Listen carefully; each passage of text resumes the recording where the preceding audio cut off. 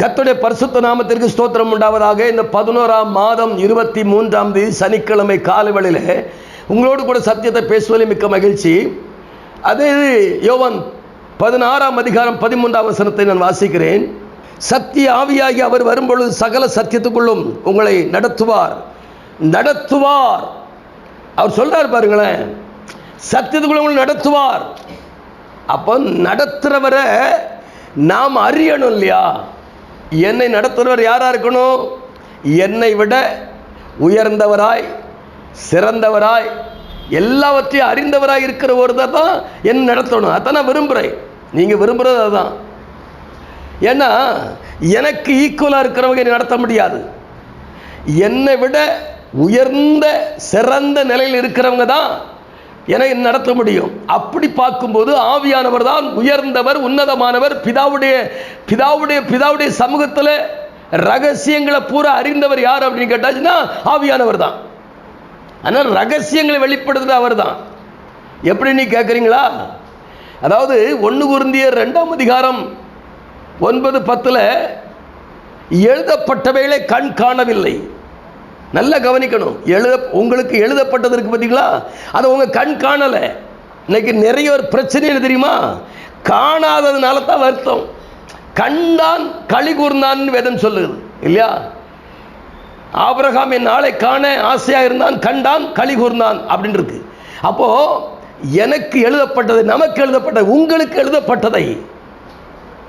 எழுதப்பட்டதை கண் காணலை, காது கேட்கலை, இருதயத்தில் தோன்றப்படலை.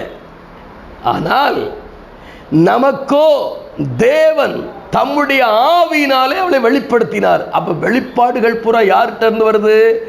ஆவியானவர் மூலமாய் வருகிறது. ரகசியங்களை வெளிப்படுத்துகிறவர், மறைபொருளை வெளிப்படுத்துகிறவர், சொப்பனங்களுக்கு அர்த்தத்தை வெளிக்கொண்டு வருகிறவர். எவ்வளவு ரகசியங்கள் எல்லாம் ஆவியானவர் நமக்குள்ள இருந்தாச்சுன்னா அழகா வெளிப்படுத்துவார். கர்த்தருடைய பரிசுத்த நாமத்துக்கு ஸ்தோத்திரம் உண்டாவதாக. நாம ஆவியானவரை அறிகிற அறிவுல நெருங்க நெருங்க நெருங்க உறவுக்குள்ள போக போக போக அவர் உங்களுக்கு பிரகாசம் உள்ள மனக்கண்ணை தருவார். பவுல தான் சொல்றாரு, எபேசியர் 1:18-19 சொல்றாரு இல்லையா? அவர் உங்களுக்கு பிரகாசம் உள்ள மனக்கண்ணை தந்தரள வேண்டும் என்று வேண்டிக் கொள்ளுகிறேன்றார். பிரகாசம் உள்ள மனக்கண் என்ன? ரகசியங்களை பார்ப்பதற்கு, ரகசியங்களை அறிவதற்கு, வெளிப்பாடுகளை அறிவதற்கு பிரகாசம் உள்ள மனக்கண் அவசியம் தேவை. அதனால தான் உங்களுக்கு எழுதப்பட்டவைகளை கண் காணல, காது கேட்கல, மனசோட இதயத்தில் தோன்றப்படலை.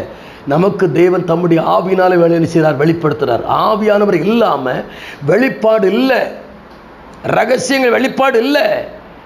நீங்க என்ன நினைக்கிறீங்கன்னு எனக்கு தெரியல. ஆவியானவர் வந்தாதான் அந்த ரகசியங்களை, சத்தியத்தை, சத்தியத்தில் புதைந்திருக்கிற அர்த்தத்தை, ஆழத்தை, வியாக்கியானத்தை அவர் நமக்கு வியாக்கியானம் பண்ணணும். எழுதப்பட்ட வார்த்தையிலிருந்து அவர் நமக்கு வியாக்கியானம் பண்ணி சொல்லி தரணும். அதுக்கு தான் ஆவியானவர். அவர் வரும்பொழுது மாற்றங்கள் நிறைய உண்டாகுங்க. இயேசுவானவர் ஆவியானுடைய உதவி இல்லாம ஒரு காரியத்தை அவர் செய்யலை.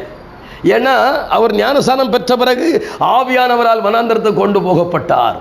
சோதனை காலத்தில் ஆவியானவர் கூட இருந்தார், சோதனையை ஜெயித்தார், ஆவியானவரை கொண்டு ஜெயித்தார். அப்ப நமக்கு ஜெயிக்கிறதுக்கு யார் வேணும்?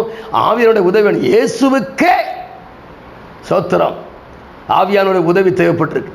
பவுலுக்கு ரகசியங்களை வெளிப்படுத்தின பவுலுக்கு, மறைபொருளை வெளிப்படுத்தின பவுலுக்கு ஆவியானவருடைய உதவி, ஒத்தாசை.